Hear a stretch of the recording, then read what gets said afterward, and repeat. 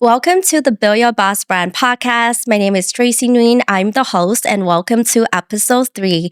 Sitting with us today is somebody that I've admired for years. We follow each other on Instagram for a really long time, and it has been such a pleasure just watching her growing her beauty empire. Her name is Joan Huang, the founder of A Glow by Joan. She is trusted by brands, brides, and a lot of creative artists as one of Toronto's best makeup and hair artists and a beauty educator. Joan didn't just build her beauty empire behind the chair. She's also in front of the camera, building her own brand and building such an incredible business. And I am just so happy to have her here today, sharing with us her journey and other tips that had helped her build such an incredible business today. So thank you so much for being here. Thanks for having me, Tracy. Well, we're in the beauty space and we know a lot of the same people. And because the beauty industry is just so small, right? And a lot of the time when I talk to beauty entrepreneurs, especially who's also Asian, it's not really a natural path to, maybe at 4 years old, wake up and say, I want to be a makeup artist or I want to be in the beauty space. What was that moment for you when you just woke up and know that this is your zone of genius and that is something that you would excel at? It's so funny that you mentioned when I was 4 years old or when you're 4 years old, because that's literally when I knew Wow. I wanted to be a makeup artist. So my grandma used to tell me that as a little child, I would always be like, can you put lipstick on me before I go out? Or I'd make her put lipstick on. And back then we lived in Asia and it wasn't a very common thing to even be wearing that much makeup. So I literally knew when I was a little kid, I'm like, I just loved makeup. Have you always had the opportunity to develop that love for makeup? I wouldn't really say I had the opportunity because my parents were very strict. So I wasn't allowed to wear makeup as a child, but they did let me like do my nails and paint my nails. So I started off doing that.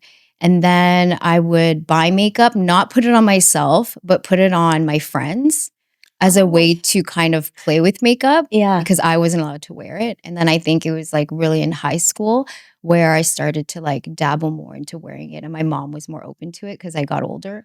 And I think that pivotal point where I was like, I really want to do this was when we had a fashion show at school and I volunteered to do everyone's makeup. But I literally had no idea what I was doing. I was like, I'm just going to do it and do it however I think looks nice. So when did you start A Glow by Joan? So I went to makeup school right around when I was 18. And when I was in school, there was an agency that came and did a presentation. And at the end of the presentation, they were like, hey, like we want to offer you a job. Like, do you want to come work for us part-time? And at that time, I was in makeup school, so I didn't really know anything yet. But that's how I basically got into it. And it was one of those agencies that kind of sends you out to different brands and you learn about them and then you do kind of demos for them. So this was back in the day. It was like when Biotherm had their makeup line, which is I don't remember that. I'm really aging myself here. I think the makeup line only lasted for like 2 years, but that's how I started off. And then I think that you also have built such an incredible niche with the wedding and bridal makeup. How did you start with that? Oh my gosh. So I felt like the universe just slowly kind of carried me along the way to find what I was meant to do in makeup because I worked for a bunch of brands like counter-based. So I worked for like Dior, Chanel. I also worked for Sephora for many years. And on the side, I would freelance here and there because clients would come in and they'd be like, oh, I have an event. Would you come to my house and do this?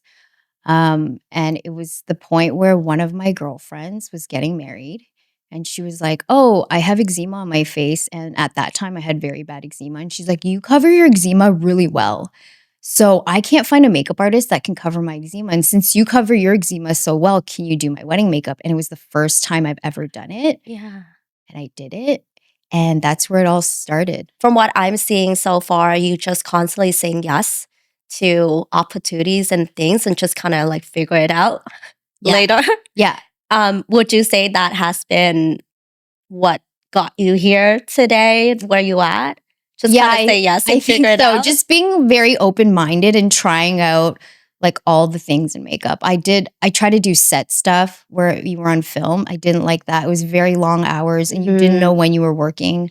I tried to do editorial. I didn't like that because my style is very natural. Not to say I'm not creative, but I don't really like doing heavy, dramatic, very creative things. Right. It's just not my style. Like, I think it looks beautiful, but I feel like I don't have an eye for that. So try out a lot of things. Yeah.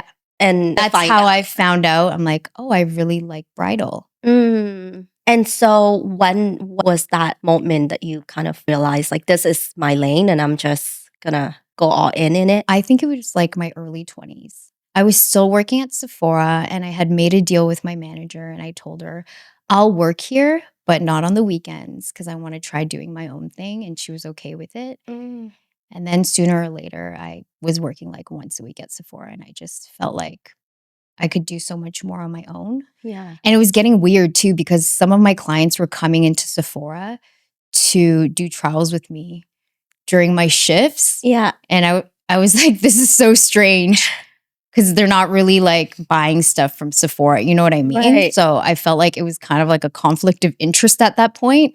So I decided to part ways and just do my own thing. That's actually very cool. I never knew the story. I feel like I know you, but Yeah. not like know you, if that makes sense. Yeah. Like I followed your journey for a really long time as well. And what I noticed that is really special about you is that you have built such an incredible brand, but also such an impactful influence within your community and within like your followers, right? I remember you did a collaboration with one of my clients. And then after that, they were asking me to go find other influencers, but they were like, you have to make sure you find someone like Joan because every time we do a collaboration with her, we get so many people inquiring. And how did that come about? Like, did you always know how to kind of build your personal brand with your makeup brands? Like, how did you figure that out? You know what? I think it's just something I learned along the way because I was in sales for a very long time. Like when you work for department stores and you're at a specific brand, you kind of learn to sell. But Mhm. my strategy was always like, I'm not selling to make money. I'm selling to actually make you better. And like, I'm giving you what you need. And Yeah. I would be very upfront with my clients.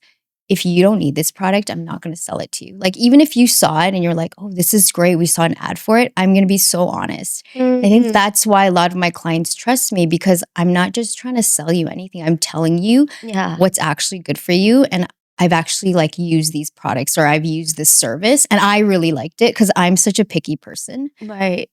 I always tell my service providers, I'm like, I'm sorry, because I'm a little crazy. Like, I'm so picky with stuff. Yeah. They know I'm very particular. So I think my clients know that too. Yeah, the honesty. I appreciate that. Yeah. I remember when I was looking for like the hair shampoo because I was going through postpartum hair loss. Yeah. And I like a bunch of people sent me recommendations, but I'm like, I only got the product from Joan because her hair is beautiful and she always just gonna recommend something that she really loves. So yeah, I think that's great. Well, the theme of this whole season behind the brand.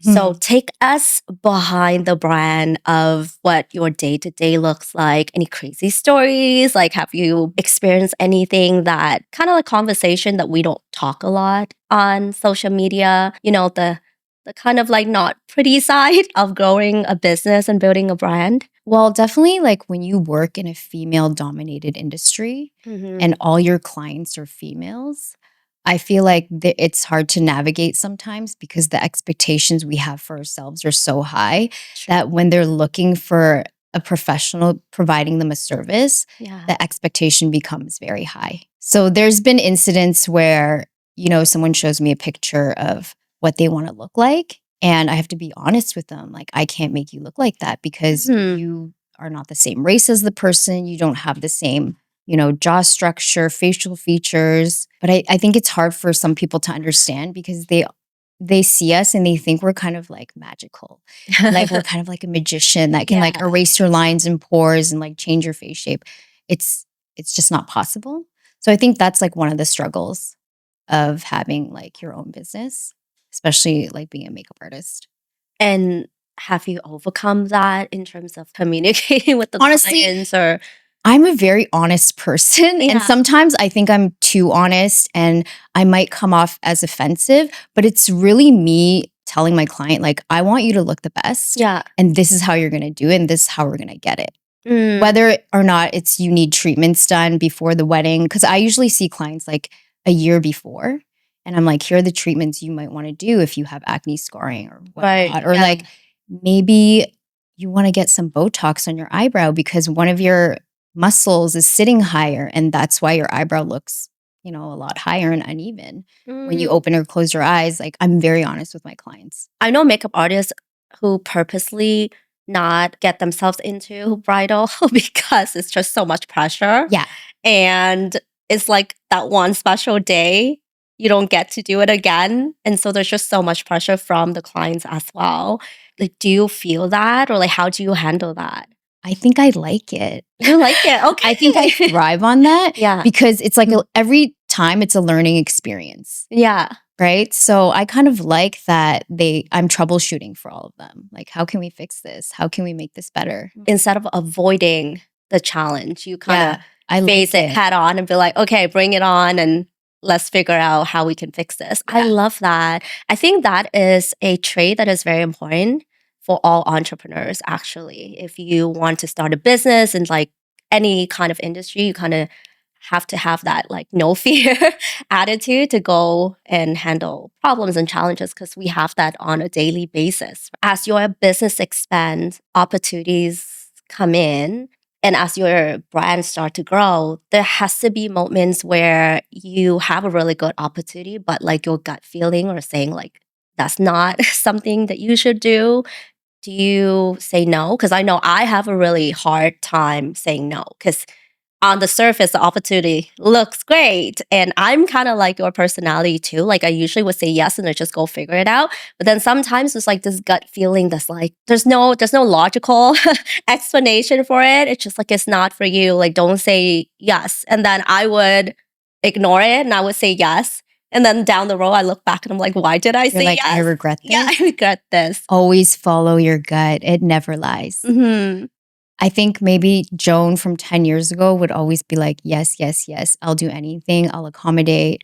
And then Joan now I'm the opposite. I'm like, I say no to a lot of things. If it doesn't resonate with me, if it's, it's not something I believe in, it's not something I don't think I can work on, or even I can tell and weed out clients by their emails now, whether or not they'll vibe with me. Like, is there Just like by- certain things that they say? Yeah, certain questions they ask? Usually it's like the length of email. Like I'm meeting them for the first time and they like send me like a 2-page email with like all these requests already. Automatically, I know I'm like, we're probably not going to vibe well together because we haven't even talked yet. And you have all these expectations in front of you for me already. So it's like, let's talk first. And then I will answer all your questions. And that is something that you built over time. Like you kind of just know already. Because you say yes before or that kind of like. Yeah, like there's been times where, like for example, when you first start out, clients know you're starting out and they kind of ask you questions like, oh, will you do a trial complimentary for me? But it's like, why would I do a trial complimentary when it's my time and my products and then you might book me? It's stuff like that. I would have said yes, like when I was younger, obviously, because I wanted the opportunity. But now I'm like, there's just no way. Right. But I don't even think other artists should do that. It's still your time and money. Yeah. You know what I mean? Yeah, I think for someone who is new, it's kind of hard to see themselves on the other side. Yeah. But then if you don't see yourself on the other side and you don't say no, you're going to continue to attract, this kind of clients, right? And I'm just thinking like as women as well, we just tend to also like sell ourselves a little short. We just want to like please everybody and make everyone happy. Yeah. So was that one of the challenges that you have to also overcome when you first started kind of the people pleasing? Oh yeah, I was doing like anything. I was like driving 45 minutes to do like a prom makeup for like $40. Like when you first start out. I mean, that was a long time ago. I've been doing this for 23 years. But 23 years? Yeah, you literally have to, you just take whatever you get. Yeah. Because you want to get your name out there, right? Right. And I completely understand that. So what is your advice for someone who is new in the industry and just started? They work really hard, obviously, and they're talented, but they just can't seem to get to the other side or I think my number one advice would be you're not for everyone. Not everyone is going to like your style. And that doesn't mean you're not good at what you do. It means that they just have a different taste. And what you need to do is figure out who your audience is and what kind of style you want to have your niche in. And then finding that is also Yeah, taking whether or practice. not it's, if you're going to do like just full glam makeup all the time or like Yeah. natural makeup, you really need to find like that one style that you love doing and kind of be true to it. So let's switch gear a little bit because we talked a lot about you as a makeup artist, but I know you're also a beauty educator. What are the common struggles do you usually see when it comes to someone who's trying to grow their business in the beauty industry? I think it's just selling themselves short. Like pricing themselves too low can be a sign for people that, you're not as experienced. But if you've gone to school and you've done training, girl, you're experienced. You don't have to charge all these low prices. Another thing I think too is like social media and keeping up with it. It's hard. Like, to be honest, I have a hard time doing it. It's really tiring making videos and also like taking photos while you're working. Taking videos while you're working. It's so much extra time and you're already like on the go and you already have so much equipment you need to bring. Yeah. That's definitely a challenge too for a lot of But people. you're very consistent and your content's great. I try to be. I feel like I'm not because some girls will post like 4 or 5 times a day. Okay, 4 or 5 times a day is a lot. I'm like, wow, like commitment. especially now with TikTok. Yeah. Like, the algorithm is like, you need to post 3 times a day. It has to be like relevant or whatever. There's no way I could do that. It's so Yeah. exhausting. I think it is also relying on where your target audience is at, right? Yeah. Like you don't really need to be everywhere. And I think it's hard for someone who's new to understand that part because they just think like, oh, so and so is on this platform. I have to be there too, and all of that. Yeah. So how did you keep yourself consistent with your own personal brand? Because I would have not known that was a challenge for you. It seems very natural. Honestly, it is challenging. I try to do like a little bit every day, or like I dedicate one day to like just social media posts, and I'm like, okay, I kind of plan it out. Like these are the things I'm gonna post, Yeah. and this is when I'm gonna post them, and like I'll do a little bit of editing. Thank God, there's so many editing apps now that can help you. I'm like, Yeah. this is great because before I'm not good with computer and tech stuff, so like had no idea what I was doing. You're so cute. Yeah, I just like I don't know. Sometimes I'm like the internet's not working. I can't figure this out. So We would not know if you didn't share that. Like judging from the outside looking in as a person in marketing, you're doing an amazing job oh, thank you. with your social and your branding. I thankfully my friends too are really good with some of this stuff. So like I asked them to. Oh, so they're helping you. Yeah, like That's one of great. my friends, she's just like a tech wizard. Yeah. Like I couldn't at one point my Instagram wasn't working. She like figured it out in like half an hour. It wasn't working for like 2 weeks, okay? And I didn't want to bother her. Oh. And literally she came over. Your She's friends like why that." didn't you ask me? She's like figure it out in half an hour. I was like, I love that. Yeah. We need people like that in Yeah. our circle. for sure. So tell me a little bit about how I think you pivot a few times. Can you share with us a little bit about what you're working on, what's next for A Glow by Joan, or is there anything else that you kind of working on but can be shared? I can share it. I mean, like, yeah, I did pivot a few times. Like during COVID, I started doing like hair stuff. And honestly, that came naturally too. I was using it and everyone kept asking me what I was using. Your hair is always so incredible. Thank you. Like, So then I kept sending these clients to my girlfriend who was selling me the hair stuff. And she's like, you're sending me too many clients. I need you to stop. It's becoming overwhelming. She's like, why don't you just work for this brand? I was like, well, I don't really want to. She's like, it's really easy. She taught me how to do it. She's like, there's not much you have to do. And I was like, okay. And she taught me how to do it. And then I started doing that during COVID and it did really well. But I was being like really honest. I was actually using the products and I liked it. So it was so easy to sell when you like something, Right. right? And then I started a makeup line because I just wanted to see how it would be. And I also started doing that during COVID because obviously we couldn't work and I had so much time. And like coming from someone who's a workaholic, I was actually going crazy from not working. Yeah. I was like, I need something to do. There's only so many K-dramas I Right. can watch during COVID. I know COVID is like a few years past now, Yeah. but how was it for you? Because I feel like the beauty industry got hit the hardest. I know Well, I couldn't do anything. Yeah. I wasn't allowed to do makeup. We weren't even allowed to go outside. So especially because I'm like face forwarding, yeah. like I couldn't. There's not much I could do. So I had to like learn to pivot. Oh wow. So you were actively looking for ways to Yeah, like get yourself out and like do something about it. yeah. Wow, that's really cool. And that kind of lead me to the next questions Mhm. because I think or I feel that sometimes when we're in the creative industry or in the beauty industry, we're considered as like creative and that we're not too good with the business side. But I think you are not only a makeup artist, you also a very savvy entrepreneur. Once I start talking to you, how do you balance the artist and the CEO? I wouldn't say it's balanced. It's kind of like a chaotic mess inside of me.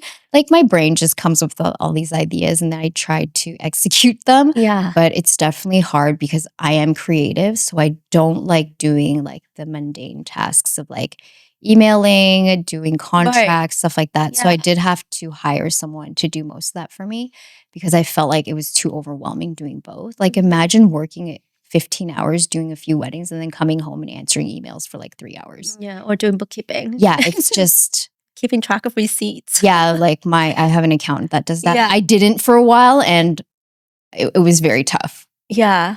Like that accountant was the best thing I ever did. Was hire her to manage my finances. So hire the right people to help Yeah. you on the business side. It's really like that's what you found helped you the most to excel on the creative side. Yeah. Growing your business. Yeah. Okay, that's such a great advice.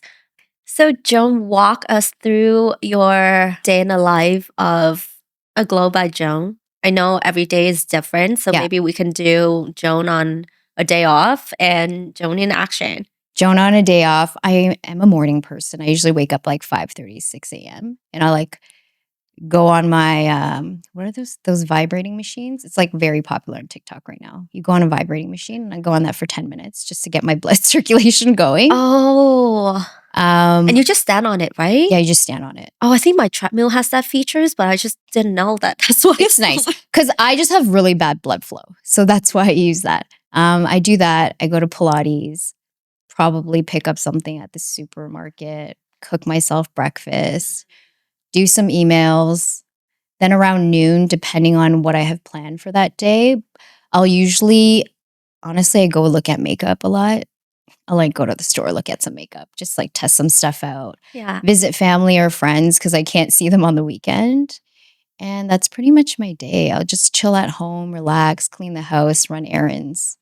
Yeah, it's pretty, I'm like very introverted. So Me too. I'm definitely not out there partying.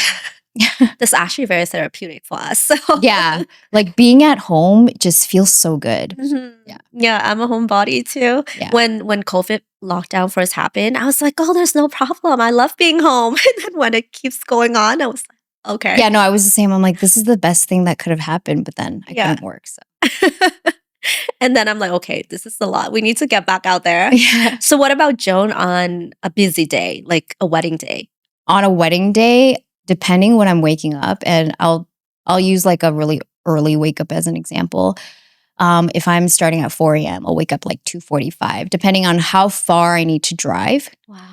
I always need to wake up at least an hour and a half earlier because I need to mentally be awake to work. I'll sleep very early the night before. So I'll wake up, everything will be packed by the night before. Like my car will be packed. I'll have everything ready already. I will eat some breakfast and then I'll go out. I'll work depending on how many weddings I have that day. I could be coming home anywhere from like 4 to 5 or like I could be done at 12. It really depends. Mhm. But on my busy days, I've had days where I am working at 4 and I will come home at like 6 or 7. And then I'll do it again the next day. So you must be really good with time management. Yes. And self-discipline. I'm very good with time management. Like Wow. I know how much time to give myself in between to, have a 20-minute break here, have a break to eat. I'm really, really good with my timing. And I'm always early. Oh, I know that today. Thanks for grabbing me coffee. Yeah, no problem. But I just have this thing where I just respect people's time, and I'd rather be early waiting for them than they waiting on me, especially on their wedding day. Wedding Wow. planners always tell me too. They're like, "You're always early and you always finish early." It's because I always give me and my team extra time Yeah. just in case, Mhm. someone comes late, Mhm. an hour late or whatever. Then, we're no one's running behind. You know what's interesting? You brought that up because I think that sometimes when people look at other people's success, they think that like there's like this whole secret recipe behind it, but sometimes it's really the little things that make a big difference. Like Oh, for just sure. being early, being on time, respect people's time, Yeah. right? Um, for somebody who have been in the game for 23 years, which is incredible, what are the advice that you can give to someone who just got into makeup? How did you avoid burnout? Like I'm listening to you sharing your schedule of a wedding day, and that's a very intense day. Like, do you take several days after to rest and like recoup, or like how does that look like for you?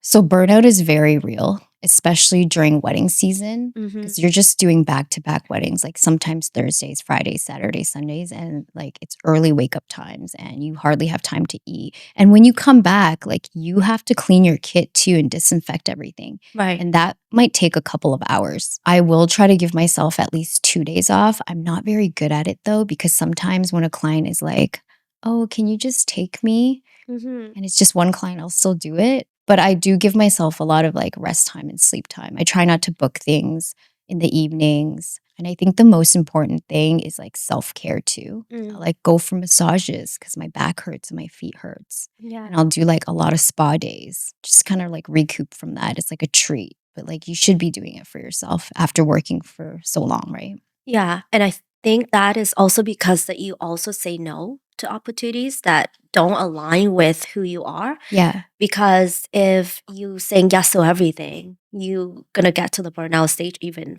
faster, right? Well, yeah. And then when you burn out, you're not your best self and you don't Right. do your best work. Exactly. Or if you like saying yes and charging very low, for example, you're not gonna have the financial means to even like go get a massage or like do things that is good for yourself, right? Yeah. So that goes back to what we're saying. It's not even that. It's like when you do your best work and you're your best self, clients come back to you.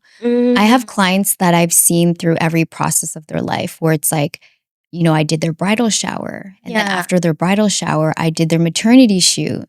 And then after that, like we did family shoots together. You kind of grow with that client. They're a forever client, I'd say. So it's a long-term game It's that a you're like, long-term yeah. relationship. And honestly, like I've met some of my best friends and they were my brides. Like 10 years ago, Yeah. they were my brides and now we're like besties. I see them all the time. Yeah. We're really good friends. I love that. It's actually a core part of your brand as well. It's Yeah. the long-term relationship and connection rather than just like, okay, I'll just show up to this gig, finish my work, and that's that. Yeah.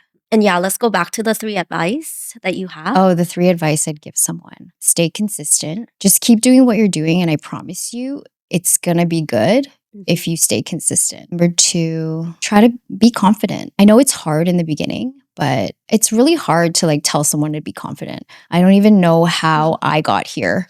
And sometimes I'm not confident. I have like a type of Imposter syndrome. imposter syndrome. Yeah. Yeah. Like I get it because I'll be like, "Oh, I can't believe people pay me to do their makeup."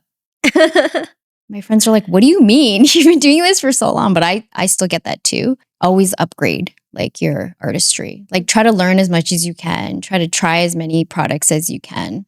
Like test out new things to Mhm. stay relevant. Yeah. But also you don't have to copy what everyone else is doing. Just get really good at what you're good at. It's hard. Yeah. It's hard not to feel the pressure to follow what everyone else is doing, Yeah. especially with like social media and everything is about trending. Yeah. What advice do you have for the newer artists to have the confidence and stay in their lane? You know what? Like be creative and don't copy what everyone else is doing because we've all seen that. Mhm. Everyone sees it already. It's the same. Yeah. Like, be different.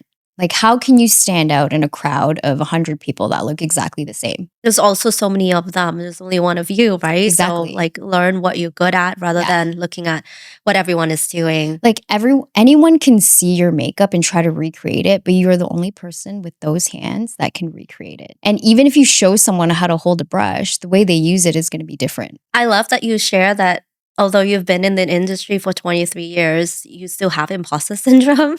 Yeah. It's very real. Yeah, it's actually, I think that's normal when we learn to accept that it just means we're leveling up, we're just becoming a different version of ourselves, and feeling that you're imposter is absolutely normal. But a lot of people get stuck in that stage and it disables them from taking the action or booking, the appointment, Yeah. the clients and whatnot. But I mean, your clients will tell you whether you're good or not too, right? Like how they respond to your Right. makeup applications or how they respond to you. Yeah. So- And just be open to receive feedback, Yeah. good or bad, right? Yeah. Because like sometimes bad feedback is hard to receive, but if you don't hear it from other people and know what you're not good at, you wouldn't know what to work on and improve from there. It just kind of stepping stones to help you become better, from what I think. But also, I think you need to recognize what the feedback is like. If Who to listen to. Yeah, because we have a lot of like there's a lot of AI and filters out there, and I feel like a lot of people have unrealistic expectations. So if someone is telling you like I don't look like this picture, like don't take that negative because it's like you that's just showed me a picture of someone who's not real. Okay, Joan, so last question to wrap this up. If one day the internet disappear and Instagram, TikTok, all of that disappear, what would you want people to remember about your work and your brand? Oh my God, that's still so hard to answer. I have to think. I know, I don't think we can live without the internet and social media now, so. Honestly, if there's no internet, I'd be relieved, but let's not put that in. Let's put that in, actually. I would be relieved because there's less pressure. Yeah, exactly. People are not competing with each other. Right. It'll be more of a word of mouth thing, which I love. I love word of mouth advertising because people have used you and they know you're good. Yeah. And the people will already like you. I found that before the internet, it was the businesses that were doing well were based mainly on the real quality of work because it's word of mouth. And then now you can do so many different things. Well, now it's like confusion. It's confusion. The internet is very confusing because you look up a makeup artist, there's like 20,000 of them. And then like for someone who's never done makeup, they don't know what is a filter, what is AI. They're like, oh, this looks good. And you can also buy followers, buy likes, like that stuff, right? So you can really know. Yeah. Or what does it mean to you to build a brand? I feel like building a brand is almost like building a community. You're building a community of people who want to help each other, who have the same likes and dislikes, and who kind of just like uplift each other. So I would want people to remember me as someone who is honest, who is genuine, and who really actually cared about them. Yeah, I love that you mentioned community because sometimes when you say building a brand, people just think of like, your logo, your website, and because remember, your brand is not just you, it's everyone who believes in you. So without them, you don't really have a brand. Okay, thank you so much, Joan, for being here today. And to our audience who would like to connect with Joan, I'll leave all of her websites and social media channels in the show notes. Thank you for listening.